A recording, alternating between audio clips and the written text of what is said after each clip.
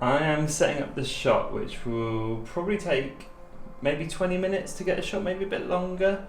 And in the final video, it'll probably be about 2 seconds. But for me, it'll be worth it. When I see it, I'm like, oh, wicked. But everyone else will probably not notice, but it'll be nice. Thing is, you've got to make it interesting. If you're not making shooting interesting, then it just becomes boring. And like, this is one of the best bits, in my opinion. When I was at college, I was into bands more than anything else. I just started playing bass guitar like a year before in school, so maybe like year 11 or something. And it felt like the most important thing to me ever at that time, and that's all I wanted to do, really into music. And being in a band and playing local shows and, you know, rubbing shoulders with other local bands was something that I always liked, and at that point, that's all I ever thought about. While I was playing in bands, I was also studying music production at college. It was alongside another set of A-levels, but the music was the one that I really, really liked at the time. And I ended up focusing all of my efforts into there, so I went to university to do music, and then I ended up getting a master's in it as well because I liked it so much. So that really enveloped my probably early 20s, is just everything music-based. That's all I wanted to do. I always used to be interested in gadgets, and I have been my whole life. Even when I was back into the music sort of thing, I was always looking up new microphones, new bits of technology I could use, new sound cards, how I'm going to get this to sound better using this piece of tech. And a few years back, I used to work in a phone shop, and I used to love it when the new phones would come in. I'd check them out and see what they're doing and what the new specs are and how they're different.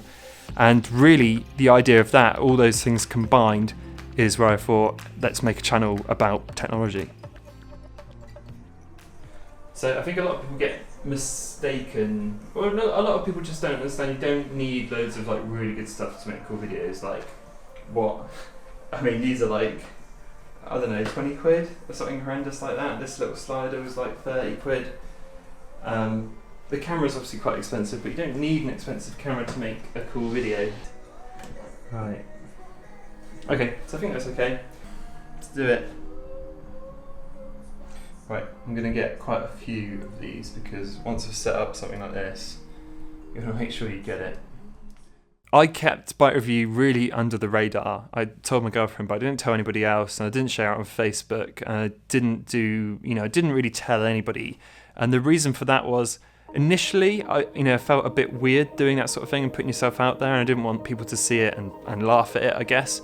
But then I carried on not telling anyone for maybe over a year because I didn't want my audience to be from friends and family saying, hey, yeah, you're doing really well, when really their interest isn't in it. I wanted to build an audience that likes that sort of thing and are there because they want to be there, as opposed to people that feel like they need to be there.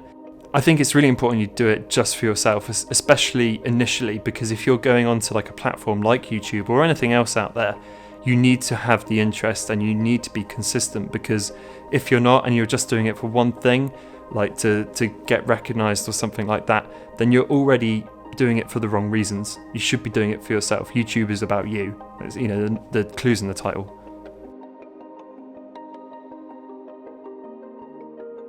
There was a small ounce of success, I feel like, when I hit 1,000 subscribers, because I think hitting that initial base is really difficult, because to stand out in anything on YouTube now is really tough.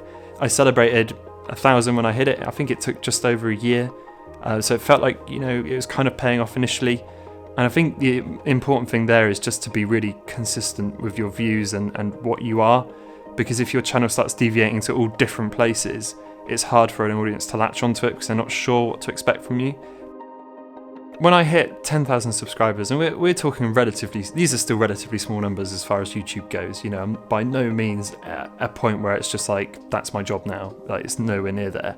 But when you start hitting, a slightly bigger number, there's this phrase that goes around like the first 1,000 is the hardest to get, and then everything's easier from then on, and that's been pretty true. Subscribers build subscribers. If you've got like 20,000, someone's much more likely to subscribe than if you've got like 100, because they know you've got a good track record. They can see it. It's a plausible number, nice and easy to see. Like, yep, they know what they're doing. So, contrary to popular belief, I don't actually get given that much stuff. And when you say given, it's not really like that. So, AirPods I bought, the new iPhone I bought, the other new iPhone I bought, the slightly older iPhone I bought, the Switch Lite I bought, the iPad Pro I bought. At this rate, you're probably thinking like, oh, he's obviously loaded, but I'm really not. Every time I buy one, it like breaks me financially. But it's kind of like, it's almost, someone said on Twitter, it's like a business expense, and it is in a way, because I'm trying to build a business by doing YouTube stuff, and you just have to make investments sometimes, and those are, I would consider them investments in a way, because they grow your channel and they're nice to do. But yeah, literally everything, like the Apple Watch I bought, all the camera gear I bought, you know, everything. OnePlus were nice enough to give me these. Thank you, OnePlus. I think there's a lot of stigma around YouTubers being like, oh, they just scream while they play games and film it.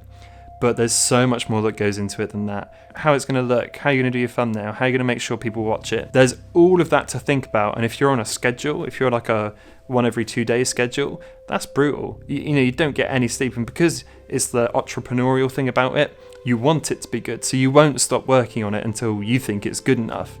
So after all of that effort, when you see a video bomb or do particularly badly, it can be really demoralising, and it can be like, oh, why did I put so much effort into this? Because I've had that happen, you know, numerous times. I'm sure everybody's been through it. But the thing to remember is, and what I always try to remember is what brought you to YouTube in the first place, is you wanted to make this video anyway.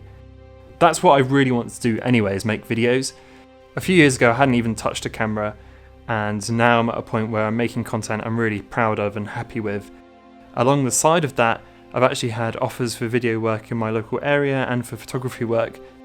I'd really like to get to the point where I can take the risk and just combine all of those things together, and that can be who I am.